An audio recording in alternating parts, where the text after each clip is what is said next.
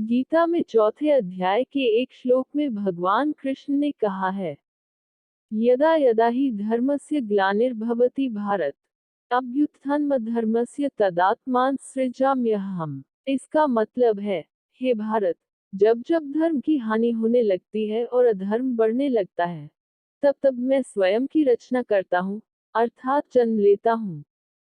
मानव की रक्षा, दुष्टों के विनाश और धर्म की पुनः स्थापना के लिए मैं अलग अलग युगों कालों में अवतरित होता हूँ। तो आइए जानें श्रीहरि के दशावतारों के बारे में।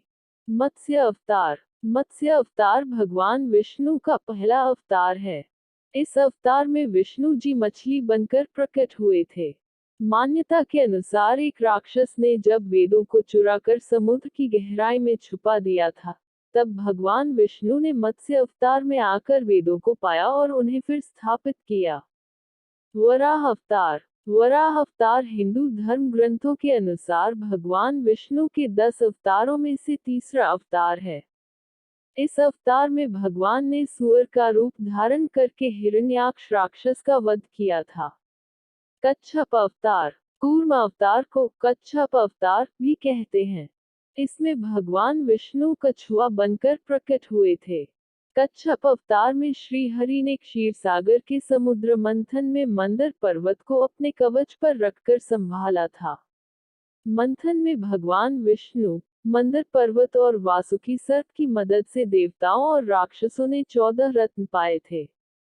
नरसिंह अवतार। ग्रंथों के अनुसार भगवान विष्णु के 10 अवतारों में से चौथा अवतार नरसिंह है। इस अवतार में लक्ष्मीपति नरसिंह मतलब आधे शेर और आधे मनुष्य बनकर प्रकट हुए थे।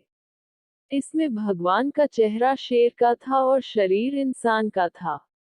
नरसिंह अवतार में उन्होंने अपने भक्त प्रहलाद की रक्षा के लिए उसके पिता राक्षस हिरण्यकश्यप को मारा था। वामन अवतार। भगवान विष्णु पांचवा अवतार है वामन।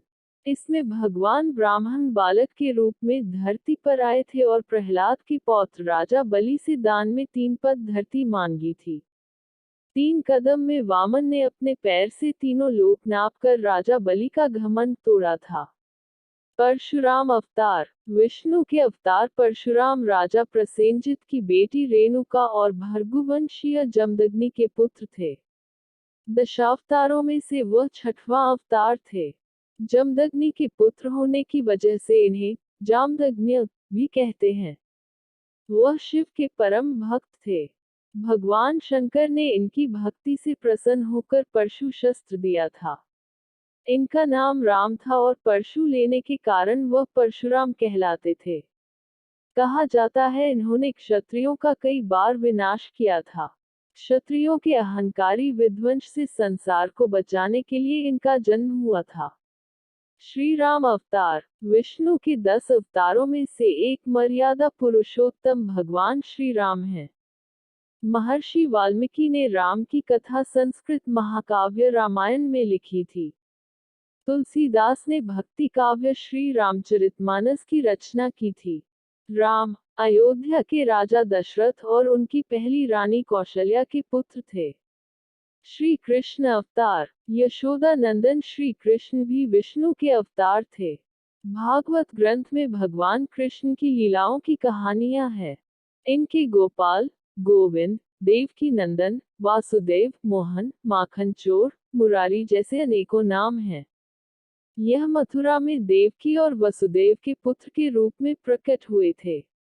श्री कृष्ण की महाभारत के युद्ध में बहुत बड़ी भूमिका थी। वह इस युद्ध में अर्जुन के सारथी थे। उनकी बहन सुभद्रा अर्जुन की पत्नी थी। उन्होंने युद्ध से पहले अर्जुन को गीता उपदेश दिया था। भगवान बुद्ध अवतार। भगवान विष्णु के दशावतारों में से एक बुद्ध भी हैं। इनको गौतम बुद्ध, महात्मा बुद्ध भी कहा जाता है। वह बौद्ध धर्म के संस्थापक माने जाते हैं। बौद्ध धर्म संसार के 4 बड़े धर्मों में से एक है। इनका जन्म क्षत्रिय कुल के शाक्य नरेश शुद्धोधन के पुत्र के रूप में हुआ था। इनका नाम सिद्धार्थ रखा गया था।